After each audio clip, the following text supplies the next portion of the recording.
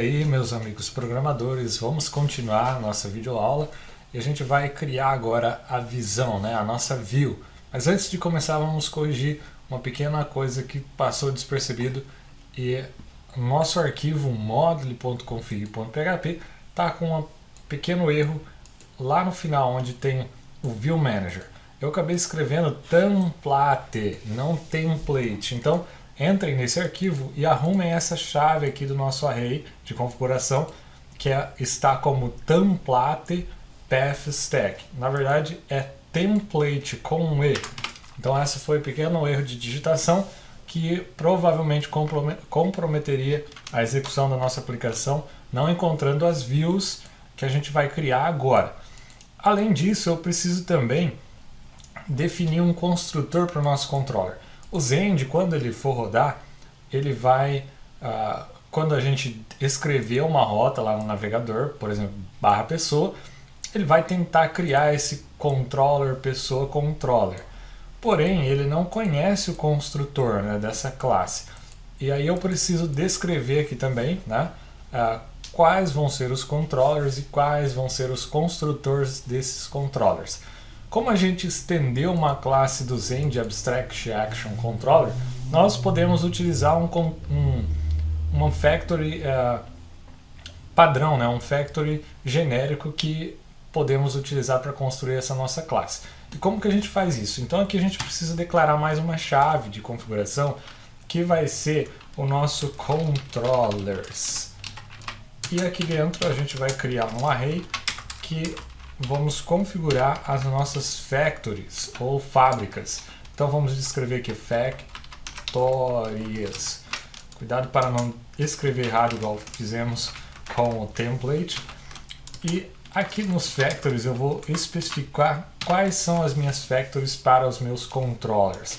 Então quando chamar controller barra pessoa controller class, ou seja, quando tentar criar esse cara que a gente falou aqui, que vai ser o controller default da nossa rota pessoa, ele vai tentar construir esse cara e para isso ele precisa saber quem vai ser o construtor. Nesse caso nós vamos utilizar o construtor genérico do nosso Zend Framework, que é o Invocable Factory ou Invocable Factory. Dois pontos, class. Ou seja, eu estou dizendo que quando for chamada essa classe, esse cara aqui quem vai construir. E de onde vem esse cara? Nós precisamos declarar também, e vamos declarar um use aqui para dizer de onde que vem esse cara. Ele vem de Zend barra Service Manager. Ele vem do Service Manager do Zend e está dentro de um pacote chamado Factory. E o nome dele é Invocable Factory. Então, nós precisaremos dessa classe, né, que vem do Service Manager do Zend, e ele está nesse namespace, e o nome dela é Invocable Factory, aquela que utilizamos aqui. Então, com essa configuração, a gente já consegue rodar o nosso Zend, depois que a gente criar então a nossa view. E onde que nós vamos criar essa view? Aqui dentro da pasta view, nós vamos criar uma estrutura de diretórios onde nós vamos colocar o nosso arquivo de visão.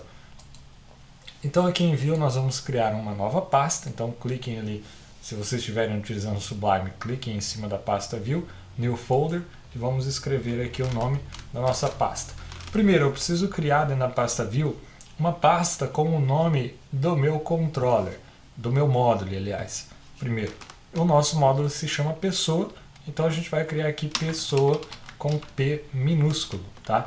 Na view a gente vai usar as letras minúsculas. Então vamos criar essa primeira pasta e dentro dela agora, dentro do módulo pessoa, por exemplo, eu vou criar um arquivo para cada controller. Então vamos criar aqui o new folder, um arquivo não, uma pasta. Vamos criar um new folder, né, nova pasta, também chamada pessoa. Por quê? Porque o meu controller também se chama pessoa controller, mas aqui no caso a gente só vai criar como pessoa. Então eu tenho aqui duas pastas agora, view, aí uma pasta pessoa que se refere ao meu módulo, que é pessoa, e uma pasta pessoa que se refere ao meu controller, que é pessoa também. E agora aqui dentro nós vamos criar um novo arquivo, né, que vai ser a nossa view propriamente dita, e essa view vai se chamar index, que é o nome do nosso método default do nosso controller. Então é index, e a extensão das views sempre vai ser PHTML, que é um PHP junto com HTML. Então, feito isso, a gente já tem aqui a nossa view, que nós podemos escrever em HTML, por exemplo, H1, e escrever aqui minha view do controller pessoa do módulo pessoa. Então nós temos aí, eu poderia utilizar como exemplo aqui também o PHP, né? Vamos abrir uma tag de PHP para eu poder escrever alguma coisa em PHP. Vamos declarar uma variável aqui, minha var recebe meu nome. E aí nós podemos usar isso aqui junto no PHP dessa forma. Vamos colocar aqui um P e eu vou escrever o conteúdo daquela variável aqui dentro. Então eu posso usar um short tag de PHP escrito dessa forma, a interrogação igual e a var direto aqui dentro, minha var. Dessa forma ele vai renderizar isso. Então essa basicamente é a nossa view, é um arquivo .html que ele vai ser renderizado quando a nossa aplicação rodar.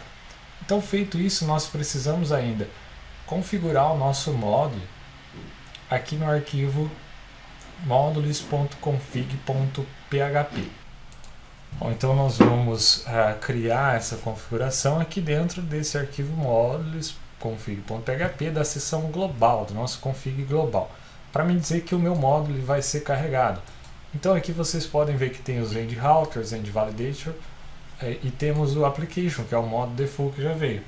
Então, vamos colocar aqui o nome do nosso módulo também, que é pessoa, com P maiúsculo, e uma vírgula no final. Então aqui a gente está falando para o Zend que é para carregar esse módulo pessoa. Além disso, eu preciso configurar aqui no composer.json por causa da nossa PSR4. Então esse cara aqui, ó, nós vamos dizer onde que está o nome do nosso módulo e aonde que está os códigos fontes dele, para quando o Zend for carregar, o autoload do Zend vai buscar nesse caminho. Então a gente vai vir aqui editar o nosso composer.json, vai colocar uma vírgula no final desse application, vamos copiar esse conteúdo e vamos editar aqui, mudando o application para pessoa e módulo pessoa src. Dessa forma a gente está falando que vamos ter um módulo que se chama pessoa e que os fontes dele está em módulo pessoa src. A mesma forma nós vamos fazer aqui para o application test, caso a gente venha utilizar um teste no futuro, já está configurado. Então editem aqui e mudem para pessoa, aqui também pessoa, e ele vai fazer referência àquela pastinha teste que nós criamos lá no começo, onde nós vamos jogar os nossos casos de teste, caso a gente venha trabalhar com isso no futuro. Então salvem esse cara e nós vamos agora fazer o teste então da nossa aplicação. Então dentro da pasta do nosso projeto, na raiz, onde está Hello World, a gente vai abrir um gerenciador de linha de comandos. No meu caso eu vou abrir o Git Bash, e se vocês podem abrir o CMD, não sei qual que é a linha de comando que vocês estão utilizando. E aqui a gente vai dar um comando composer update, para ele atualizar aquelas duas regras que nós colocamos dentro do Composer, para dizer onde que está os nossos códigos fontes. Dessa forma ele vai atualizar, ele vai procurar ver se não tem nenhuma atualização também das bibliotecas do Zend e vai fazer a atualização dos arquivos de autoload do Zend. Então quando ele concluir, ele vai dar uma mensagem de gerado o autoload files, e isso significa que está pronto para a gente rodar. E aí, para a gente rodar a nossa aplicação, basta escrever composer serve, para ele servir a nossa aplicação e a gente testar. Então vamos abrir o navegador, vai carregar aqui a página inicial do Zend, e agora a gente vai testar a nossa rota /pessoa.